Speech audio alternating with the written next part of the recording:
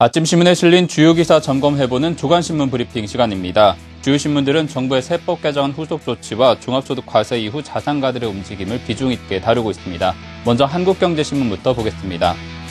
박근혜 대통령 당선인의 주요 공약인 기초연금제를 도입하더라도 공무원과 교사, 군인 등 특수직역 연금을 받고 있는 계층은 혜택을 볼 수 없도록 하는 방안이 추진된다고 일면 헤드라인에 실었습니다.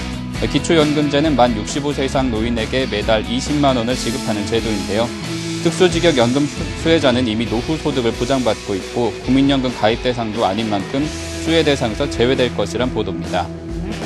다음 소식입니다. 정부가 세법 개정의 후속 조치로 시행령 개정 사항을 발표한 것과 관련해 주요 내용을 일면과 구면을 통해 자세히 다루고 있습니다. 납입보험료 2억 원 이하인 즉시연금의 이자 소득에 대해서는 비과세되고 정부가 추진해온 종교인 과세 법제화는 일단 유보됐다는 내용입니다. 우리은행과 산업은행, 농협, 수협은행 등 4개 은행의 지난해 말 기준 부실 채권 비율이 금융당국의 관리 기준을 크게 웃돈 것으로 파악됐다고 경제금융명 머릿기사로 보도했습니다. 경기 침체로 부실 채권을 한 번에 털어내기가 쉽지 않은 데다 은행들의 수익성 악화도 부실 채권 정리를 어렵게 하고 있다는 설명입니다. 금융위원회가 우리금융지주를 일괄 매각해 민영화하는 방안을 대통령직 인수위원회에 보고했다고 경제금융면을 통해 다뤘습니다. 지방은행을 분리매각해 민영화에 속도를 내야 한다는 주장도 있었지만 금융위는 공적자금 회수 극대화를 위해 일괄 매각을 우선해야 한다는 의견을 냈다는 보도입니다. 다음 조선일보 보겠습니다. 일반 제품보다 고급 기능을 갖췄다는 프리미엄 제품이 사실 효과는 별로이고 가격만 비싸다는 논란이 끊이질 않고 있다고 경제일면 헤드라인으로 다뤘습니다. 산양 분유를 비롯해 간장과 고추장, 기저귀 등 생활용품 소비자들이 실제 썼을 때 기능 차이를 알지 못하는 경우가 많다고 지적했습니다. 사만기업이 178일 만에 법정 관리를 조기 졸업했다는 소식이 경제일면에 실렸습니다. 법정 관리 6개월도 안 돼 기업 회생 절차를 졸업하기는 사만기업이 처음인데요.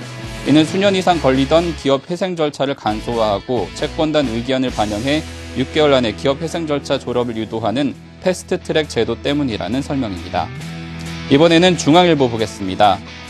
지난해 말 금융소득 종합과세 기준을 낮춘 세법 개정안이 국회를 통과하면서 금융자산 10억 원 이상의 슈퍼리치 사이에 증여 열풍이 불고 있다는 소식, 경제일면에 실렸습니다. 종합과세 기준 변경에 따라 늘어난 세금을 해마다 내느니 적잖은 금액이지만 증여세로 부담을 줄이려는 자산가들이 많다는 소식입니다. 국내 대표 전자계열사를 거느린 삼성과 LG가 새해 벽두부터 치열한 법정 공방을 벌이고 있다는 분석기사, 경제 이면에 실렸습니다.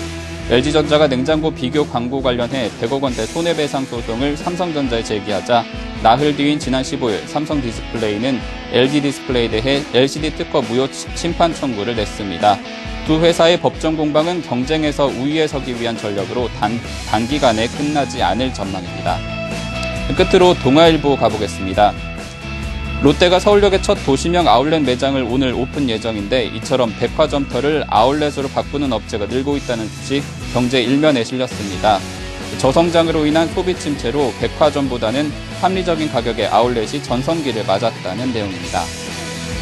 경기 부진으로 경제 성장률이 떨어진 가운데 물가마저 하락하면서 디플레이션 우려가 다시 높아지고 있다고 경제 이면을 통해 다루고 있습니다. 생산자 물가지수가 3년 2개월 만에 최대폭으로 떨어졌는데요. 소비자 물가 변화에 앞서 움직이는 생산자 물가가 하락하면서 경기 침체와 함께 물가가 하락하는 디플레이션에 대한 우려가 제기되고 있다는 보도입니다. 지금까지 조간신문 브리핑이었습니다.